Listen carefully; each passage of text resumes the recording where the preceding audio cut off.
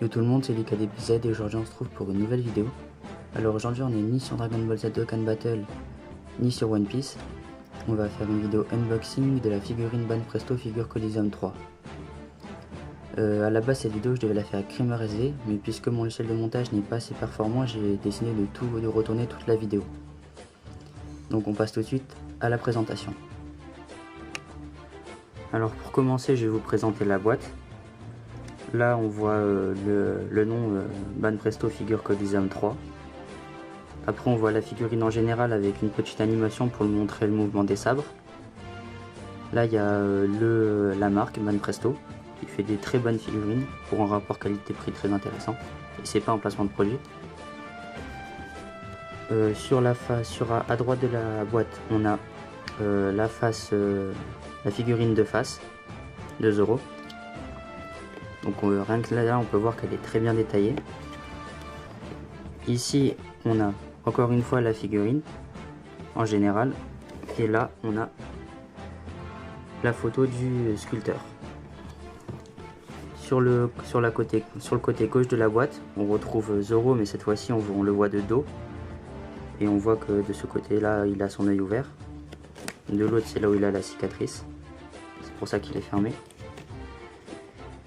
Et voilà, et dessous on a des conneries en japonais que je sais pas lire. On se retrouve tout de suite pour la présentation de la figurine. Enfin, en pièces détachées d'abord. Au début on retrouve la figurine en 8 parties. Il y a le sabre avec son fourreau. Ces deux sabres là ils sont accrochés, on ne peut pas les sortir, ils sont directement intégrés dans le fourreau. Il y a le petit truc pour tenir la figurine, le socle, la ceinture, les jambes et le torse. Et je sais pas si on voit, mais sur le socle il est écrit Banpresto Figure Coliseum 3.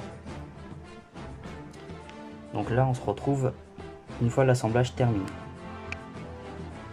Une fois assemblée ça donne ça, et comme vous pouvez le voir elle est magnifique et elle paraît beaucoup plus grande que ce qu'elle en a l'air. Moi quand je l'avais vue en vidéo et quand je l'ai reçue, je m'attendais pas du tout à ce qu'elle soit si grande que ça. Donc maintenant on va voir précisément les détails. Alors comme vous pouvez le voir, le visage a été magnifiquement bien représenté, mais pas que le visage, comme par exemple aussi les bras. Même les sabres ont été très bien faits, la garde, et par exemple là les dessins du Shisui.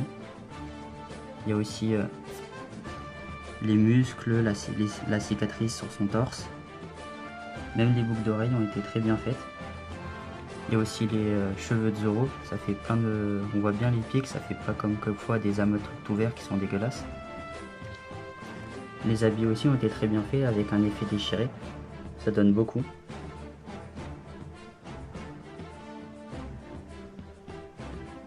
Et tout à l'heure quand je parlais des gardes, regardez par exemple celle du Sandai Kitetsu, elle était aussi magnifiquement bien reproduite. Alors moi sur cette figurine, j'ai pas grand chose à redire, même rien du tout, parce qu'elle est tout simplement magnifique. Et on se retrouve à la fin pour la conclusion. Alors en conclusion, que dire à part qu'elle est quasiment parfaite, il n'y a rien à redire dessus. Et sinon pour le prix, elle est aux alentours de 30 € sur Amazon, vous aurez les liens dans la description. Dans la description vous aurez aussi le lien de la vidéo que j'ai faite sur la figurine avec Creamer SV, parce qu'à la base je l'avais tournée avec Creamer. Sauf qu'on était censé faire un montage différent, mais puisque mon logiciel il est pas assez performant, comme je vous l'ai dit en début de vidéo, j'ai tout retourné. Donc je suis désolé, mais si tu regardes la vidéo Creamer, j'ai tout retourné. J'espère qu'elle te plaira et qu'elle vous plaira. Et si ça vous a plu, abonnez-vous, lâchez un like, un commentaire et on se dit à la prochaine pour une prochaine vidéo. Ciao tout le monde!